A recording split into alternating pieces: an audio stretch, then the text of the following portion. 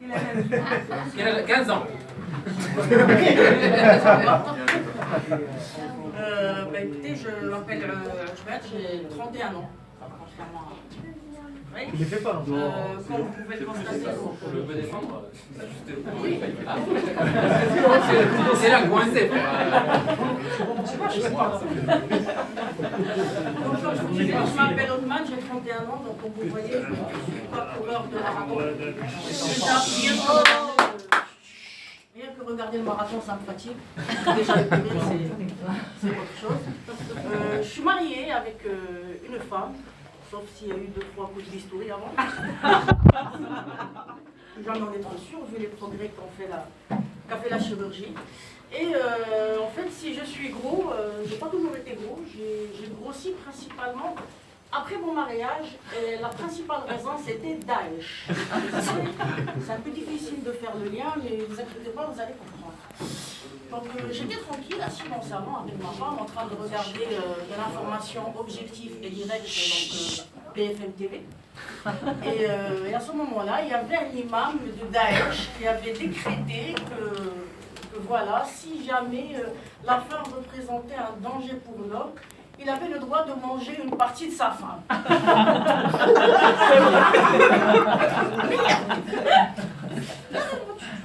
Tu manges, pas de problème, c'est toléré par la religion. Tu ne bouffes pas de porc, mais tu peux bouffer ta femme. C'est vrai. J'ai regardé l'émission, j'ai regardé ma femme, elle était blanche. Elle était blanche, surtout que j'avais pas encore mangé mon dîner. J'ai regardé, je l'avais dit. Cours à la cuisine, sinon je me fais une cuisse. Bon, pas la cuisse, parce que quand même il faut 2 cuisses pour assurer la pérennité dans un couple. C'est quand même quelque chose qui est mécaniquement important. Donc il ne faut pas le nier. Et je me suis posé la question, comment on peut arriver à ce genre d'idée J'ai fait une recherche sur Internet. On m'a dit que le gars s'était inspiré du verset coranique, comme quoi tu peux manger ta femme. Je dis, mais c'est impossible. Moi, je lis le Coran chaque année deux fois, pendant le ramadan, pendant les soldes. C'est le ramadan, c'est comme des soldes pour les...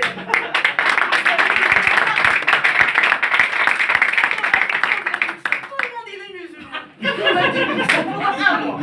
Le reste de l'année, on s'envoie les couilles. Mais pendant le ramadan, tu fais une bonne action, c'est x10. Exception, ramadan, 28 jours, 29 jours. Vas-y, c'est cadeau, donc... et après, tu peux te rattraper sur le reste de l'année, il n'y a pas de souci. Je me suis dit, mais quand même, je suis allée voir un image, je me suis dit, mais c'est pas possible, comment on peut arriver à ce genre d'interprétation? On m'a dit, si, c'est marqué dans... Je m'ai entendu, mais ça, c'est pas le Coran. Mais ça, c'est Walking Dead.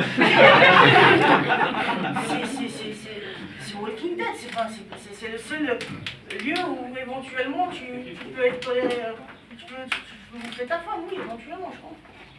Par contre, la série Walking Dead a eu beaucoup de succès, c'est vrai, moi je suis un très très grand fan de cette série, mais n'a pas trop marché en Afrique.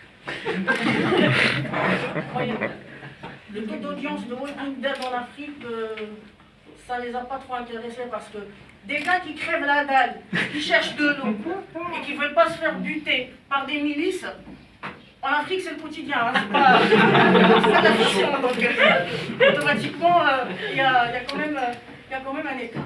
Et donc, pour revenir bien sûr à notre sujet, depuis ce jour, ma femme me prépare tout ce qui peut exister. Je lui dis, c'est bon, calme-toi, il faut rigoler. Elle m'a dit, oui, mais on ne sait jamais, hein, parfois tu prends des choses au premier degré. Je lui dis, écoute, c'est bon, j'ai faim, vas-y, mange, je te dis. Je lui dis, mange. Je ne veux pas demain me retrouver et je me dis, putain, on voit aujourd'hui l'impact que des événements qui se passent éventuellement à des centaines de kilomètres ont sur notre quotidien.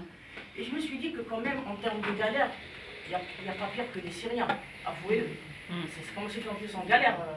D'un côté, soit tu es avec Bachar et tu te fais égorger par Daesh, soit tu vas avec Daesh et tu te fais bombarder par Bachar. C'est un peu comme un match de Ligue 1, Lorient-Guingamp. À la place des fumigènes, tu as des roquettes. Je me suis dit, c'est pas possible. Et pour information, aujourd'hui, en venant ici, ma femme croit que je suis au boulot. C'est pour ça que je n'ai pas de c'est vrai. Et j'ai dit à mon patron que mon grand-père est décédé. La 16e fois. J'ai déjà tiré 16 fois. Un jour, j'ai rêvé de mon grand-père, il est sorti, il m'a étranglé. Il m'a dit, tu vas me laisser tranquille, oui 16 fois que tu me tues. Tu m'as fait chier pendant que je suis vivant, tu me fais chier pendant que je suis mort. Mais putain, tu vas t'arrêter quand?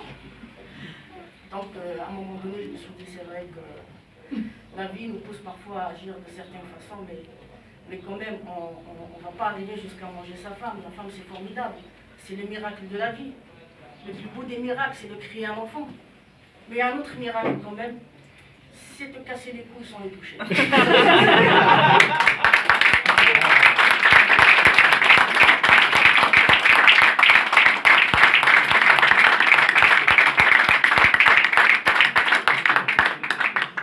Alors je vais commencer.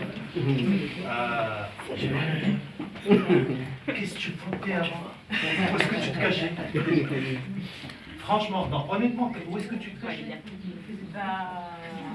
J'ai eu des expériences par le passé qui ne se sont pas soldées de la manière dont je voulais. C'est vrai que j'ai un peu laissé tomber. Ouais, il Mais a cuit une jambe, mais ça c'est pas très bien. Mais grâce à Agnès, vraiment, je tenais à le remercier parce que Ben non, il merci beaucoup à de toi. courage pour revenir et merci. Non, franchement, merci à toi. Mais alors, le seul conseil que je vais te donner, sur scène, il t'arrivera encore de te casser la gueule, relève-toi et donne ce que tu as donné. Franchement.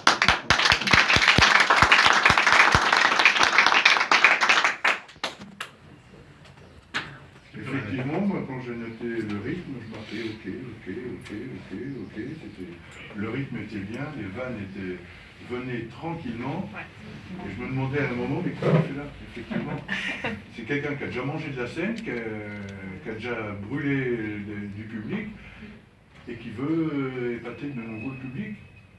Et c'est vrai que ça n'a pas de commune mesure avec ce que l'on a vu. C'était vraiment du parfait, le texte est de toi. Oui. En plus, c'est l'écriture.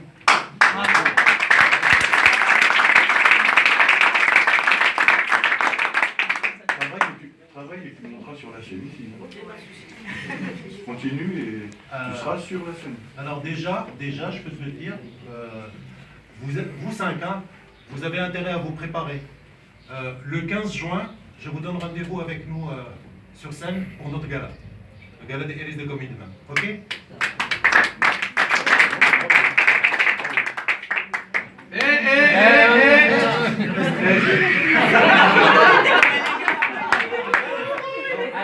Tu fais exprès apparemment. Il recherche des comédiens pour son école.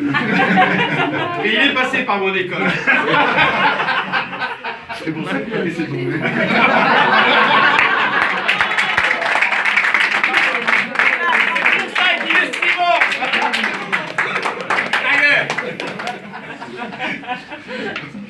Non, c'est bien. Une petite remarque qui est importante quand même.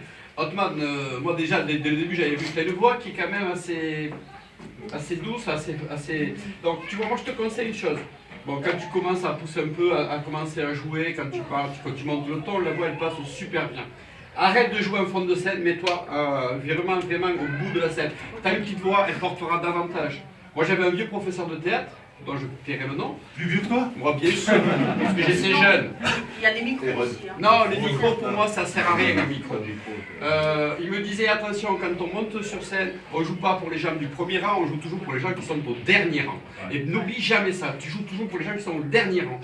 Parle fort, pose ta voix, ton texte, l'écriture est liée, c'est sûr, tu es assez fin. Ça en plus, ça traite de sujets qui sont quand même lourds. Non, lourds de comment dire, de moi, lourds de sens. Et que tu arrives à, malgré ton poids, à alléger. Ne mange pas ta femme, mais comme nous disait Serge, continue à manger de la scène, ça c'est vrai. Tu as parlé de ta voix, c'est vrai que c'est une voix douce et ce qui fait la différence et le contraste, c'est que avec cette voix jeune, douce et jeune, tu arrives à sortir des bombes, mais de malade. Et là, ça frappe. Franchement. J'ai une voix très aiguë. Et c'est la vérité, parfois quand j'appelle Maroc Télécom, quand j'ai un problème, je dis s'il vous plaît, j'ai un problème, oui, mais passe-moi ta maman d'abord.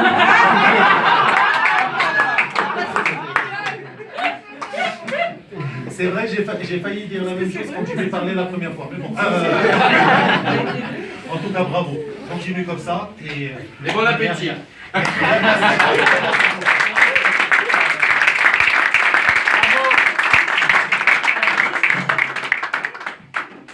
Je voulais juste prendre un selfie.